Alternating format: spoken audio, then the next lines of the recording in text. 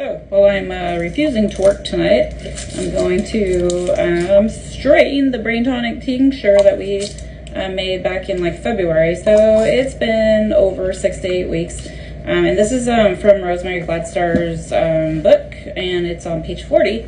So it's called Brain Tonic Tincture because old age, and well, you know, I need all the brain cells I can get, especially during tax time.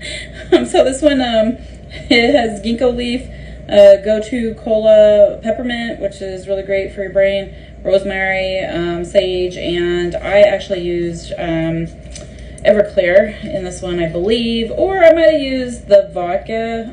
Can't quite remember, but it's 80 proof or more, which is really important to make sure we get out all of the good plant constituents out of there.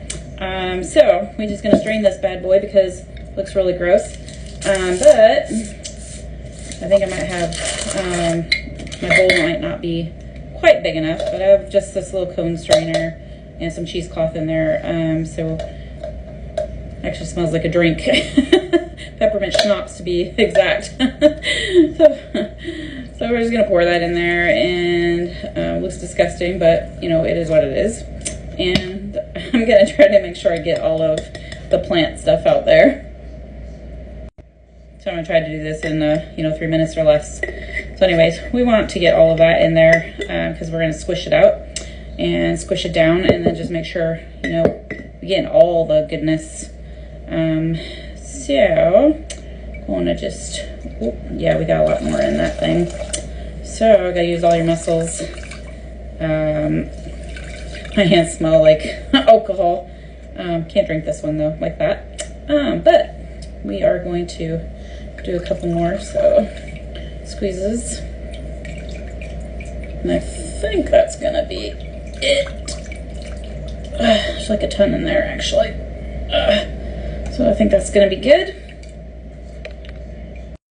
Just grabbing my balls, and you know, we're gonna label this thing. So I'm gonna write everything that I had written on the lid. So brain tincture, when I made it, and all that other good stuff, 1/5 ratio, etc., and I'll put the date on there. We are gonna actually pour it in here and taking a risk. So we're going to store it in a cool, dark, dry place, and I'll probably put some in a little tincture bottle. I do have just a tiny bit of plant material in there, but it should be all right.